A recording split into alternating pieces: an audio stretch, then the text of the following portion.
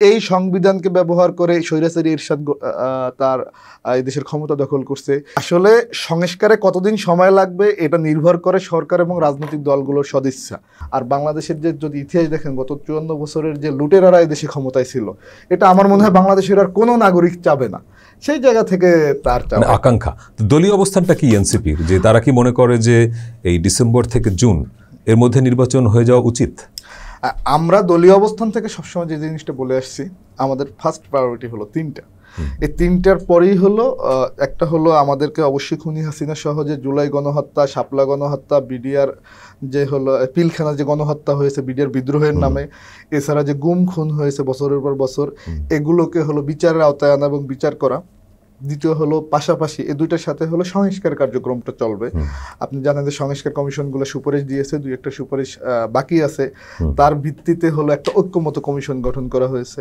ওইখানে হলো সবগুলো যেগুলো ফেসিবাদ বিরোধী যে রাজনৈতিক শক্তি ছিল, যারা হলো এখন ক্রিয়াশীল রাজনৈতিক শক্তি আপনি সহজে বলতে পারেন, এবং সিভিল সোসাইটি, তাদেরকে নিয়ে সংলাপ চলতেছে। তার মাধ্যমে একটা হলো রূপরেখায় পৌঁছাবে। তো রূপরেখায় পৌঁছানোর পরে একটা তো আমাদের সংস্কারের উদ্যোগ হবে।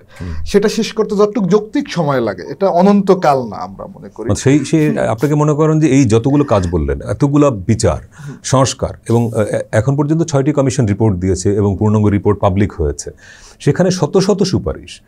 এখন সেখান থেকে 50% যদি বাস্তবায়ন করতে চান, সমস্ত বিচার শেষ করতে চান, সেটাকে আদৌ মনে করেন যে জুনের মধ্যে সম্ভব? না, এটা অসম্ভব কিন্তু না। আপনি দেখবেন যে মানে আমি জাস্ট একটা উদাহরণ দিয়ে দিচ্ছি। কোরিয়ান ইপিজেড যেটা, এইটার হলো জমি জমা সংক্রান্ত যে ইয়ংন কর্পোরেশনের সাথে ঝামেলা গত 30 বছরে হলে দেশের কোনো সরকার সমাধান করতে পারে না, অথচ ইউনূস সরকার মাত্র 2 মাসে পারছে। আসলে সংস্কারে কতদিন সময় লাগবে এটা নির্ভর করে সরকার এবং রাজনৈতিক দলগুলোর সদিচ্ছা। এখন যে ঐক্যমত কমিশনের যে সামনে যে মিটিং হবে, সেই মিটিং এর মধ্যে রাজনৈতিক দলগুলো যদি হলো এই বিষয়ে হলো ঐক্যমত হয় যে হ্যাঁ আমরা এতটুকু সংস্কার করবো এবং সবাই সহযোগিতা করব, আসলে এই সরকারকে সহযোগিতা করার দায়িত্ব কিন্তু এনসিপি কিংবা বৈষম্য বিরোধী ছাত্র আন্দোলনের একার না, সবগুলো রাজনৈতিক দলের।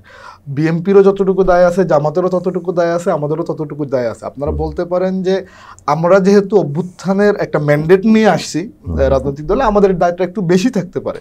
কিন্তু এই বিশেষ করে বিএনপি এবং জামাত, আমরা তো সংস্কার চাই, এটা তো কথাই। তারা যদি হলো সহযোগিতা করে, আমি মনে করি এটা হলো ডিসেম্বর জানুয়ারির ভিতরে সকল কাজগুলো হলো কমপ্লিট, অধিকাংশ কাজই কমপ্লিট করা সম্ভব, কারণ ম্যাক্সিমাম হলো পেপার ওয়ার্ক।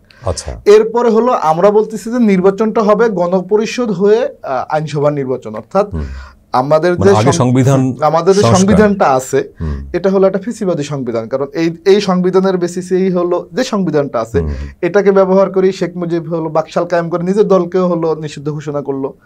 এই সংবিধানকে ব্যবহার করে স্বৈরাচারী এরশাদ তার এই দেশের ক্ষমতা দখল করছে। এই সংবিধানকে ব্যবহার করে 111 হয়েছে। এই সংবিধানের ফাঁকফোকর গলে শেখ হাসিনার মতো একটা খুনি ফাসিস্ট হয়েছে। দোষটা সংবিধানের না, সংবিধান যারা প্রয়োগ করেছেন তাদের। মানে সংবিধানকে আপনি ফ্যাসিবাদী সংবিধান বলতে পারেন? এই সংবিধানকে এজন্যই বলে দেখেন, এক সংবিধান আপনার এজন্যই আপনি ফেসিবাদী বলতে হবে, কারণ এই সংবিধানে বেশ কিছু ধারা আছে যেগুলো প্রথমত হলো জনপ্রতিনিধি, সে জনগণের প্রতিনিধি, তাই না? এই সংবিধানের 70 ধারায় কি করা হয়েছে, জনপ্রতিনিধির সকল ক্ষমতা সীমাবদ্ধ করে দেওয়া হয়েছে সংসদের মানে প্রধানমন্ত্রীর উপরে। প্রধানমন্ত্রী হয় কে এদেশে? দলের প্রেসিডেন্ট। দলের প্রেসিডেন্ট অর্থাৎ একজন ব্যক্তির কাছে এই সংবিধানটা হলো জিম্মি। এই সংবিধানে আপনার মৌলিক অধিকারগুলোকে হরণ করা হয়েছে। এই সংবিধান আপনার 2/3 মেজরিটি যদি থাকে, আপনি যা খুশি তাই করতে পারেন। আপনি যদি আপনার হাতে, যেটা শেখ মুজিব করছিল,